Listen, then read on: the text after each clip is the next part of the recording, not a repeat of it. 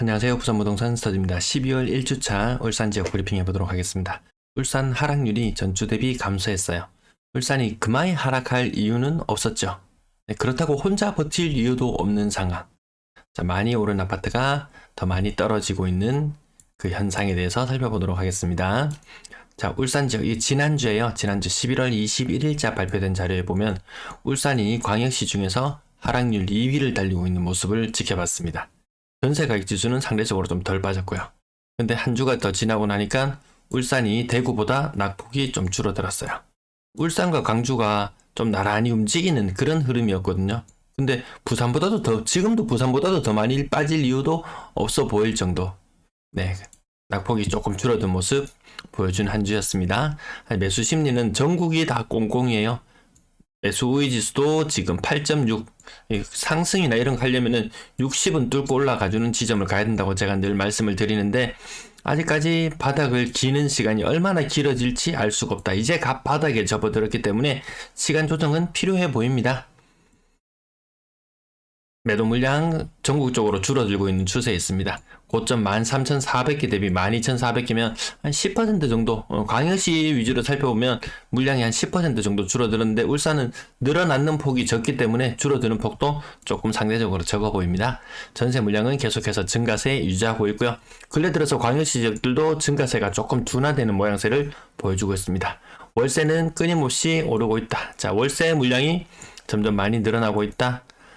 전체 임대 물량도 계속 늘어나서 연초 대비 2배는 됐죠. 거의 연초에 1월 1일에 2,500건으로 시작했으니까 5,200건이면 임대 물량이 많이 늘어나 있는 상태는 맞습니다.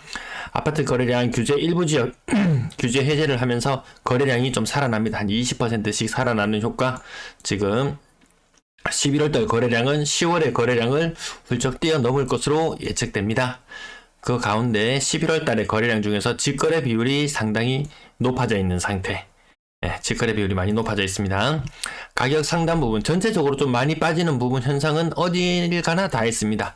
고점 대비 한 20% 이상, 25%, 30%, 35% 거의 비싼 아파트들이 특히나 하락폭이 더 심합니다. 한 35% 지금 이 숫자로만 나타내도 여러분들 분위기 파악하는 데는 큰 문제가 없을 것 같습니다. 이 작게는 20%, 많게는 35%, 심한 경우에는 40%까지 조정을 받기도 합니다. 최근 일주일치 가격 상단 부분만 나타냈는데요. 기본적으로 20%는 다 할인되는 분위기라는 것 염두에 두시고 매수나 매도에 임하시면 될 것 같습니다. 대연 더샵 가격 고점 대비 한 25%, 힐스테이트 수암 25%, 대연 더샵 요거 같은 타입임에도 불구하고 가격 차이, 층수 차이라고 하기에는 7층 차이 나는데 1억 가까이 차이 난다? 아랫부분 조금만 판단을 잘 하시면은 훨씬 더 괜찮은 가격에 살 수 있는 기회들을 맞이할 수도 있다. 30% 이상 빠졌고요. 힐스테이트 수암. 그래도 그나마 거래가 되는 게 다행이다. 이런 느낌.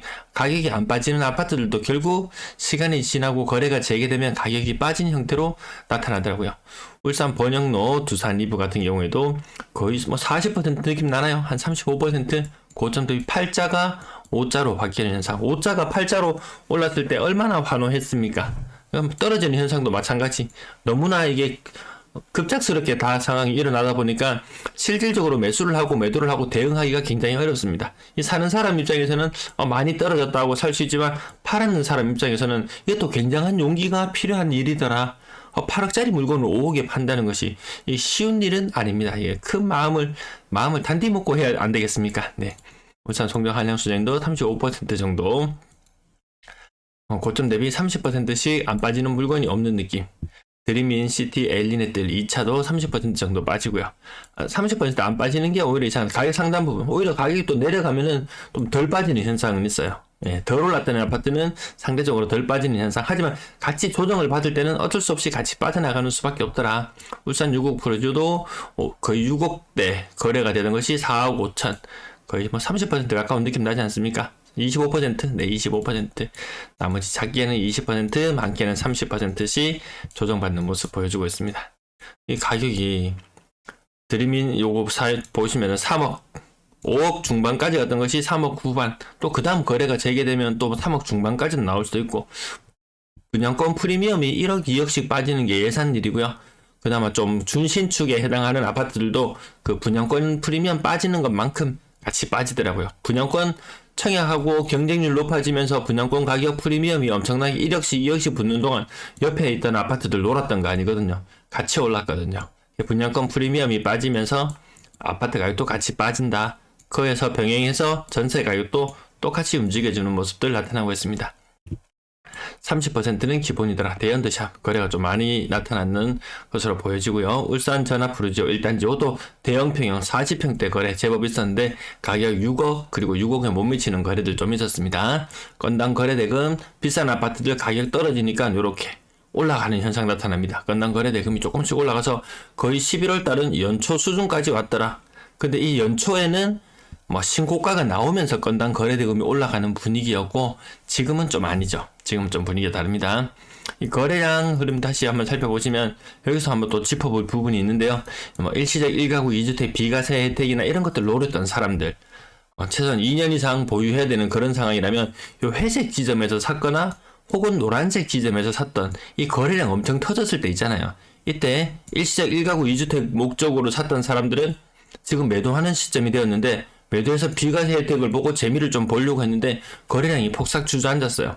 요 사태도 나름 좀 시사하는 바가 있거든요. 야, 이거 살 때 마음하고 한 1년, 2년 가운데 노란색 선을 샀으면 2020년에 사서 정말 엄청난 상승기를 느끼고 야, 이제 팔 때가 됐다. 이제 비과세로 깔끔하게 털고 나가려고 했는데 이제는 그때는 세금이 아까워서 못 팔았고 지금은 시간이 지나고 나니까 가격이 떨어져서 못 팔겠고 실질적으로 그것 때문에 거래량이 많이 살아나지 못하는 모습 보여주고 있죠. 가격 자 거래량 이렇게 쭉 큰 흐름을 따라가 보시면 좋은 시절은 갔구나 좋은 시절은 지나갔구나 이런 느낌 들지 않습니까? 3억 미만 비중이 오히려 떨어지더라고요. 3, 4, 5억짜리 물건들 그쪽에 워낙 가격이 많이 떨어지니까 그쪽에 매력을 느끼는 경우도 있는 것 같습니다. 6억 이상 거래량도 한창 때는 지나간 느낌 한창 때는 지나가서 비율이 많이 줄어들었습니다. 고가의 아파트들 많이 줄어들었습니다. 분양권 거래량 시장은 워낙 분양권 시장은 원체 침체되어 있고 그나마 좀 거래가 조금 있긴 있어요. 거래가 조금 규제 해제가 좀 이뤄지고 하면서 그나마 좀 나은 모습이에요. 이게 좀 분양권 시장도 좀 살아나고 해야지 또 다른 청약 시장도 살아나고 분양도 다시 열기를 띠고 할 것인데 이 분양권 프리미엄이 빠지는 이 상황에서 새롭게 건설하는 단지들은 이미 분양가를 높게 아예 고분양가를 이미 채택해 놓은 상태가 대다수일 거예요. 그러면 얘들도 인기가 시들시들해지더라. 그렇다고 누가 이 프리미엄 이것들 1억 2억씩 빠지는 이 수십채 수백채에 해당하는 물건들을 누가 또 받아주려고 하니까 금리가 올라서 부담돼서 또 그렇게 받아주지도 않죠. 이렇게 집값은 1억씩 2억씩 프리미엄은 빠졌지만 매수자의 입장에서 봤을 때는 집을 사는데 절반 정도 부채에 안고 부채를 끌어안고 집을 사야 되는 경우 같으면은 여전히 부담스럽기는 매한 가지더라. 분양권 거래량은 제법 많이 있었습니다. 울산 GLCT자이 계속해서 거래량 많이 나타나고 있는 모습 보여주고 있습니다. 기본적으로 프리미엄 광역시 지역에는 고점 대비는 한 5억, 6억, 한 6억, 7억 하는 물건들은 기본적으로 큰 거 2장씩은 빠지는 느낌. 전세 거래량 여기도 마찬가지로 다 박스권에 갇히는 느낌 드시죠. 연초 대비 거래량은 살아나지 않고요. 여기 부산 방송할 때도 제가 한번 말씀을 드렸는데 이 차익이 뭐 작은 경우에는 1억 요런 경우에는 심한 경우에는 2억까지 차이가 나더라. 고점 대비 전세 가격이 이 돈을 돌려줄 때 2억 차익만 생각하고 있었다면 이게 생각보다 전세 물건은 많죠.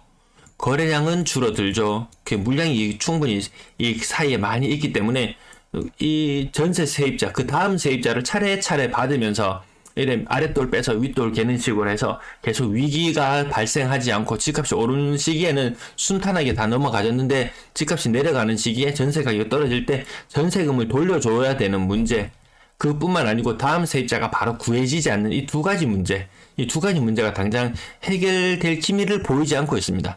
전세 물량이 어느 정도 좀 진정이 되어야 될 텐데 세대수 증가라든지 이런 것들이 예전만 못해요. 인구도 빠져나가고 세대수 증가도 예전만 못하고 그 말인즉슨 그 많은 전세 물량을 빠른 시간에 소진시키기에는 좀 힘들어 보인다. 물론 전세 매물에도 허수는 있습니다. 전세 물량과 월세 물량 동시에 내놓는 경우 때문에 상대적으로 시장에 물건이 더 많아 보이고 그래서 가격이 더 떨어져 보이는 그런 현상도 있지만 어쨌든 뭐 과거에 비해서 아파트 절대 수치, 물량 수치가 많아져 있다는 부분은 부인할 수 없는 현실인 것 같습니다. 평균 전세 가격 쭉쭉 떨어지는데요. 울산 지역도 부산과 마찬가지로 11월 들어서 급격하게 좀 전세 가격이 꺾이는 모습. 연초까지는 아파트 가격이 버텨주던 시절까지는 전세 가격도 같이 버텨줬어요. 금리가 오르기나 말기나 좀 버텨주는 모양이었는데 금리 오른 것들도 반영이 되고 이렇게 반영되면서 평균 전세 가격이 뚝 꺾여서 지금 2020년, 2021년보다도 못한 전세 가격으로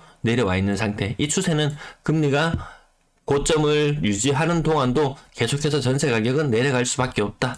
왜? 시장 경제 원리는 수요와 공급의 법칙에 따라서 자연스럽게 움직이니까요. 전세 거래량 줄어드는 흐름세. 3억 미만 비중은 여기 계속 올라가고 있습니다. 지금 거의 뭐 80% 선을 살짝 찍기도 했을 정도로 비율은 더 많이 올라갈 것이다. 4억 이상 거래량 줄어들어서 지금 비율 굉장히 많이 줄어들었습니다. 10집 중에 한 집은 그래도 4억 이상에 살았는데 이 비율이 거의 절반 수준으로 줄어들더라고요. 한 5% 정도 수준까지 왔으니까 금리가 올라가는 게 체감됩니다. 금리가 집값 아직도 가격 없다고 이야기하는 사람 이제는 없지 싶어요. 네, 월세 거래량은 그래도 예전보다 많은 흐름을 보여주고 있습니다. 평균 월세 가격 예전보다 더 높은 모습. 다른 지역은 집값이 먼저 빠지기 시작한 지역은 한 6월달, 7월달쯤에 월세 가격이 어느 정도 정점을 찍었었거든요. 근데 아파트 가격이 뒤늦게 빠지는 지역들은 아직까지 조금 더 전세 가격 높은 상태, 월세 가격이 조금 더 높은 상태를 유지하고 있지만 요것도 이제 어느 정도 이제 정점을 10월 달을 기점으로 정점을 찍지 않았나 이렇게 한번 생각해 봅니다. 평균 월세 보증금은 예년 정도 수준. 임차인들은 괴로워. 이렇게 임대 거래량 전체적으로 자, 큰 박스 2개를 만들어 놓고 본다면 박스가 많이 아래쪽으로 내려온다. 거래가 잘 안 되고 잘 움직이는 게 쉽지가 않더라고요. 네, 시청 감사합니다.